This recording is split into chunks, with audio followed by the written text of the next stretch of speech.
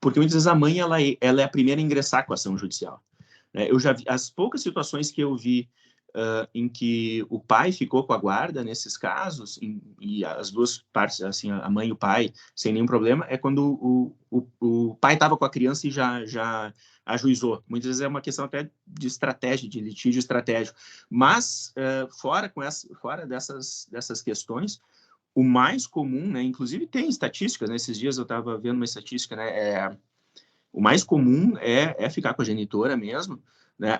Acho que a guarda unilateral ainda prevalece estatisticamente, né? A guarda unilateral para a genitora ainda prevalece, sendo seguida depois estatisticamente pela guarda compartilhada, e lá com 1 ou 2% a guarda unilateral para o pai, né? Então, eu diria assim, não é um... Mas não é factível que em 98% dos casos, 98% dos casos em que ninguém é problemático. Sim. Não é factível que em 98 ou 95, porque o IBDFAN, no último congresso que teve em Gramado, disse que era 95% com o pai, 5% com a mãe, o que eu já estou desconfiado disso, né? Mas vamos lá, que seja 95 ou 98. Não é factível que os homens sejam a melhor opção para a criança em apenas... Com certeza.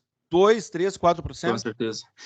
Com certeza. E eu acho que há vários... Bom, aí teria bastante coisa para falar.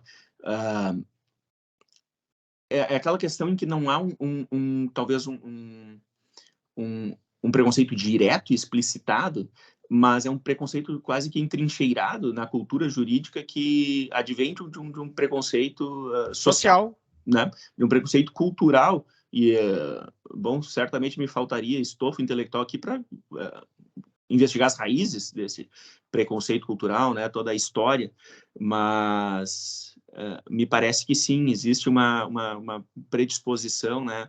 A favorecer um dos lados, que é o lado da mãe. Da mulher.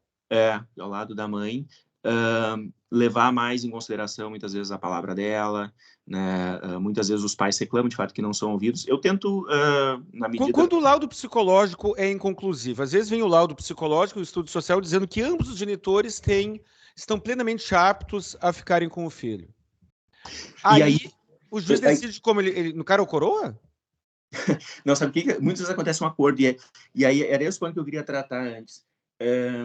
Existe, claro, um problema no judiciário, né? Acho, no judiciário, no sistema jurídico geral, mas, e aqui eu não isento também, né, até o Ministério Público, enfim, são os operadores do direito que pensam assim, porque a cultura jurídica é assim há muito tempo, né? E depois eu teria algumas considerações a tecer sobre a dificuldade dessa mudança. Mas eu acho que o problema mesmo, na origem, está na orientação jurídica que o casal que está se separando recebe dos advogados. É muito comum, Advogado botar lenha na fogueira. Não entender, por exemplo, não, o advogado já vinha com ideias equivocadas sobre, bom, é necessário fixar um lar de referência, bom, é necessário que não tenha, que a convivência não seja tão equilibrada a ponto de ser o que muitas vezes se critica como guarda alternada. Então, muitas vezes, os acordos, né, porque a maior parte das minhas ações que eu pego, é quase tudo acordo. Tem litígio? Tem, são, né, bastante ferozes, mas a maior parte é acordo, e os acordos vêm quase sempre